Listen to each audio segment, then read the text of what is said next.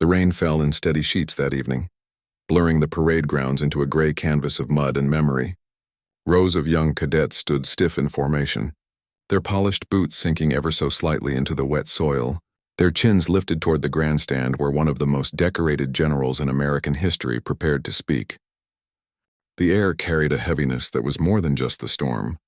It was the weight of expectation, tradition, and the unspoken power of uniform and rank. Yet in the far corner, just beyond the edge of the crowd, stood a lone woman whose silence would soon rewrite the meaning of honor itself. Before we dive into the heart of this story, I want to pause for a moment. If you believe in kindness and second chances, and in the idea that true respect is earned through quiet strength rather than loud words, please like, comment, share, and subscribe to our channel Legends Off History. Your support helps us bring forgotten stories like this one back to life, reminding the world of the unseen heroes who change everything. She wasn't supposed to be there. Not really. The invitation had not been written in her name, but in the memory of the man she had once loved. A soldier lost to the brutality of war.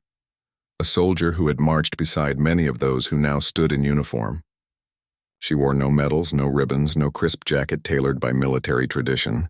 Instead, she wore a simple black dress, heavy from the rain, her hands folded quietly in front of her as if the storm itself could not disturb the calm she carried within. She did not seek recognition. She sought only to remember. The general, a man of commanding presence, carried with him a reputation for iron discipline and an ego that seemed untouchable. His voice had silenced nations, his decisions carved into history books. Men saluted him without question. Women admired him from afar, and cadets idolized his every word. Yet as he prepared to deliver his speech, something, or rather someone, shifted his attention. His eyes fell upon the woman standing alone at the edge of the crowd, drenched yet unflinching, silent yet radiating a gravity stronger than any applause. Her name was Clara. Years ago, she had been the quiet anchor of a platoon, a nurse who carried men out of the dirt and blood, who never asked for acknowledgement and never accepted thanks. She had been engaged to a soldier named David, a young lieutenant whose bravery was matched only by his stubborn refusal to leave men behind. In one of the bloodiest ambushes of the war, David had stayed until every last man was safe. He was the last to fall.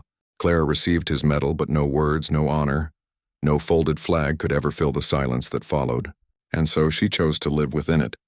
She did not campaign for recognition. She did not demand justice. She lived quietly, carrying the memory of David and the hundreds of nameless others she had once touched with her hands, her bandages, her whispered prayers. The general knew her. Not personally, but by reputation. Stories of the silent angel, as the men had called her, had reached even the top echelons of command. He had once dismissed them as exaggerations, the way soldiers romanticize the battlefield. But now, seeing her in person, standing unnoticed in the storm while hundreds fixed their gaze on him, something in his chest tightened. He remembered the reports, the letters he had skimmed, the statistics he had signed off without looking deeper. Behind each number had been someone like Clara, someone who gave everything without asking for her name to be remembered. The cadets shuffled in discomfort as the rain grew heavier. The general raised his hand, ready to begin the speech he had rehearsed 1,000 times. But the words caught in his throat. He found himself looking again at Clara. She was not clapping. She was not smiling. She was simply there, present in a way that made every other sound feel like noise.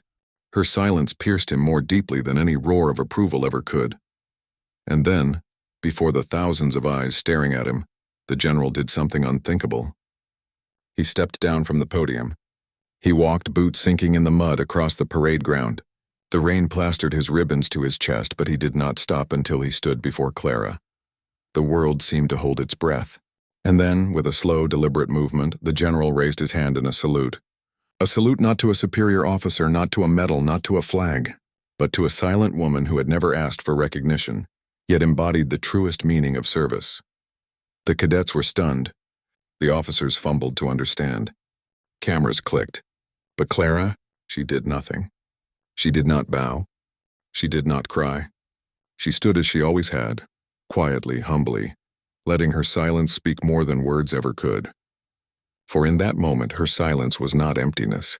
It was a mirror forcing everyone to see the cost of honor, the weight of sacrifice, the price of memory. The general lowered his hand, his face pale. He turned back to the podium, but his speech had vanished. The words he had crafted felt meaningless, so instead he spoke only a few sentences, each one heavy with newfound humility. He told the cadets that leadership was not about medals or commands shouted across battlefields.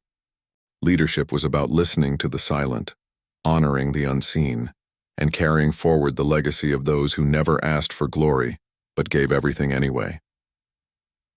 Clara walked away before the ceremony ended.